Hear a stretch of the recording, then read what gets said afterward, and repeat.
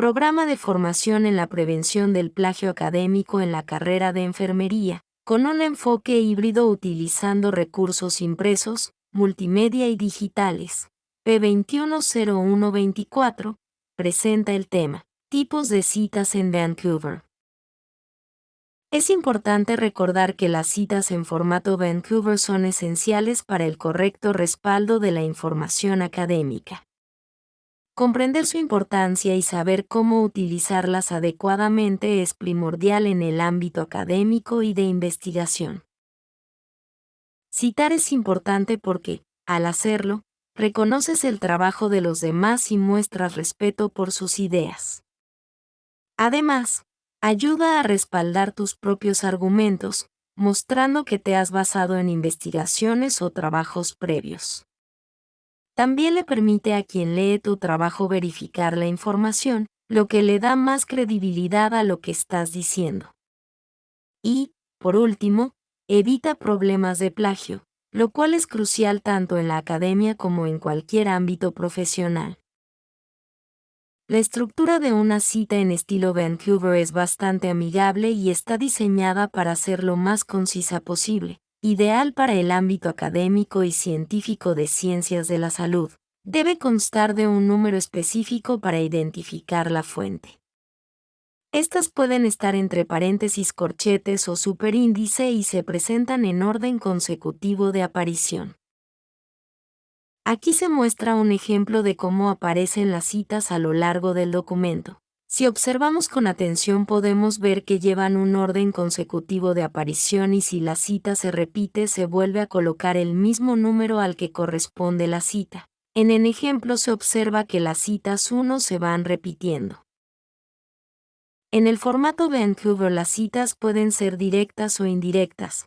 Las directas son aquellas que se transcriben textualmente, son breves y van entre comillas. Estas deben ser menos de 5 renglones, así como se visualiza en el ejemplo. Las citas indirectas se refieren cuando parafraseamos o nos referimos a una idea de un trabajo. Se incluye la idea del texto sin comillas y el número de cita va después del apellido del autor como se observa en el ejemplo.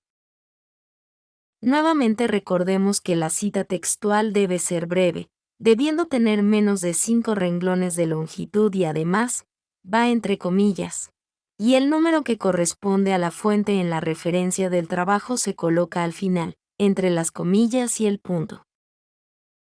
Aquí pueden observar ejemplos mencionando al autor, ejemplos sin mencionar al autor y el ejemplo de uso del superíndice.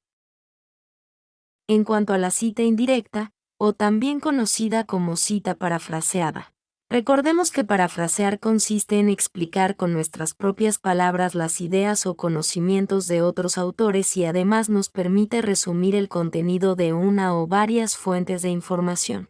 Además, la paráfrasis no necesita colocarse entre comillas y la numeración de la cita se coloca al finalizar el texto. Las citas múltiples consisten en citar información que se respalda de la idea de diversos autores. Por ejemplo, puedo poner la pandemia es un hecho histórico, y esto lo dice la OMS, Gutiérrez, OPS. Por lo tanto, se debe citar a varios autores.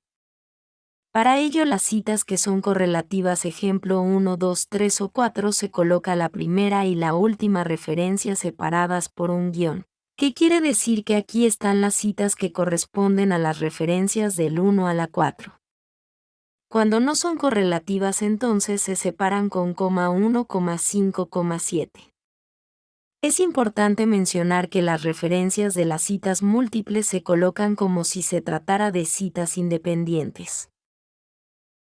Es importante recordar que las referencias van según el orden de aparición en el documento como podemos observar en el ejemplo. Bueno, con esto llegamos al final de nuestra sesión sobre el estilo de citas Vancouver. Espero que ahora tengan una idea clara de cómo funciona este sistema y por qué es tan importante en el mundo académico, especialmente en las ciencias de la salud. A partir de ahora debemos ponerlo en práctica con los trabajos académicos.